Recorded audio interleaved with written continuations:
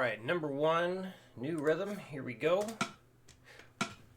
1, a 2 and a 3, a 4 and a 1, a 2 and a 3, a 4 and a 1, a 2 and a 3, a 4 and a 1, a 2 and a 3, a 4 and a 1, a 2 and a 3, a 4 and a done. 120. 1, 2, 3, 4. 1,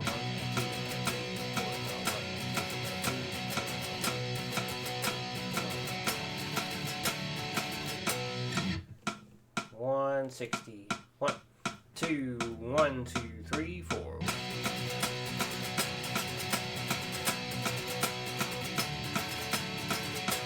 Repeats. 1, 2, 1, 2, 3, 4.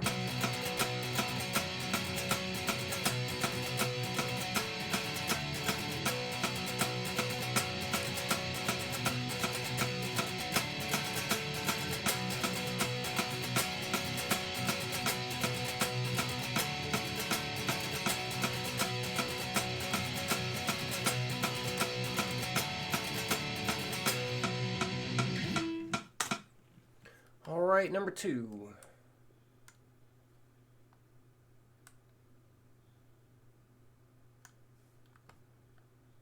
Back down to 60. 1 and a 2 and a 3, a 4, a 1 and a 2 and a 3, a 4, a 1 and a 2 and a 3, a 4, a 1 and a bad chord change. 1 and a 2 and a 3, a 4, a 1 and a 2 and a 3, a 4, a 1 and a 2 and a 3, a 4, a 1 and a 2 and a 3, a 4, a 1 and a 2 and a 3, a 4, a 120, 1 and a 2 and a 3, a 4, a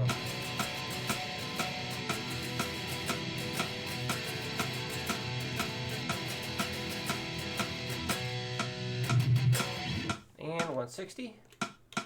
1, 2, 1, 2, 3, 4.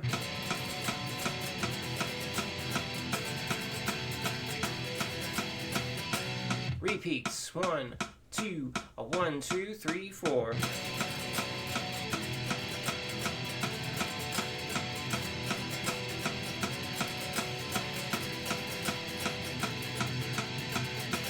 Accidentally hit the strings when I shouldn't have. 1, 2, a 1, 2, 3, 4.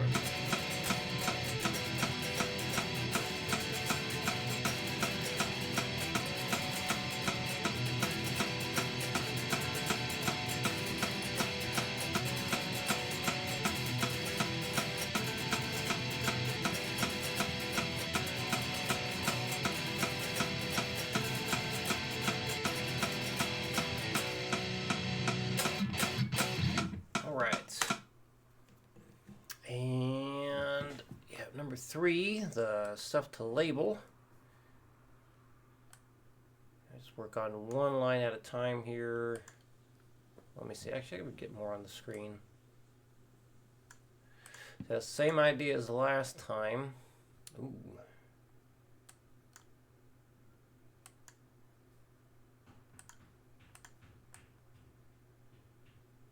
So I have to restart. Switch over here to clean sound.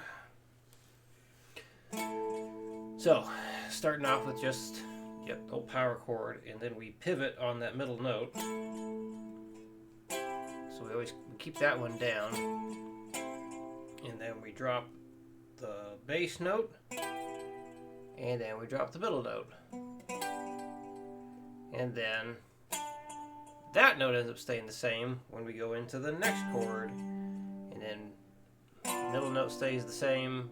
Then we drop the bass note, drop the middle note. And really, these top 2 notes stay the same when we go into the next chord. So the same thing happens at the beginning. So we start here, pivot on that middle note, drop the bass note, drop the middle note. And then these 2 stay the same when we go into the next chord. Pivot on the middle note, drop the bass note, drop the middle note, keep the top two notes. So anyway, it's basically just whatever pace works well, just to get those chord changes sounding good. Pivot on the middle. Drop the bass notes. Drop the middle notes. Keep the top two notes. Pivot on the middle. Drop the bass note. Drop the middle notes. Keep the top two notes. Pivot on the middle. Drop the bass note. Drop the middle note. Keep the top two. Pivot on the middle. Drop the bass note. Drop the middle notes. Keep the top two notes. Pivot on the middle. Drop the bass. Drop the middle. Scroll down. And keep the top two notes. Pivot on the middle. Drop the bass. Drop the middle note. Pivot on the, or keep the top two notes. Pivot on the middle. Drop the bass note. Drop the middle notes. And keep the top two notes.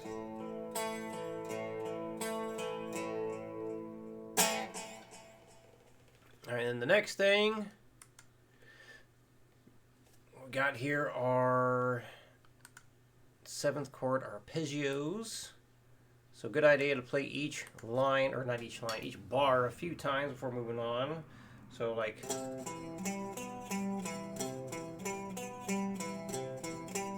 get familiar with that C major 7 shape, and then that D minor 7. And look at how that minor 7 looks. So next to E minor 7, so it's going to look the same. And then you got that F major 7 coming up next, which will look exactly the same as the C major 7. Then we have the open version of this.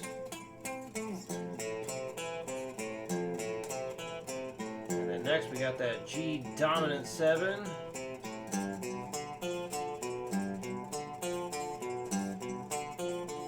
A minor 7.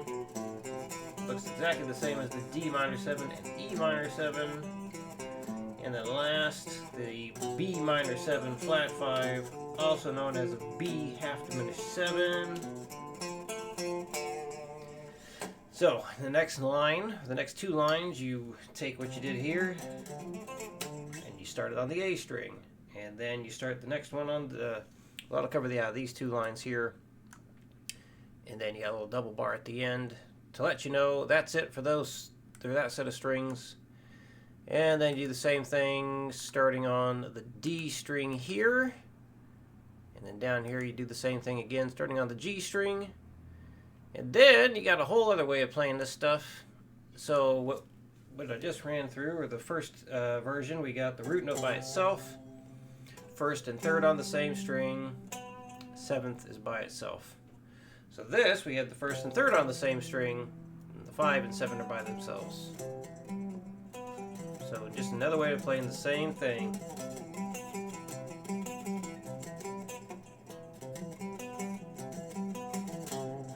And just play each one again a few times.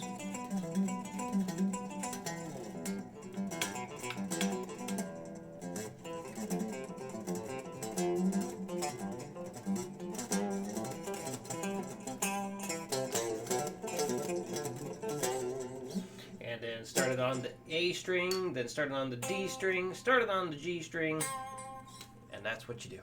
Alright, any questions come up, let me know. I will see you again next week.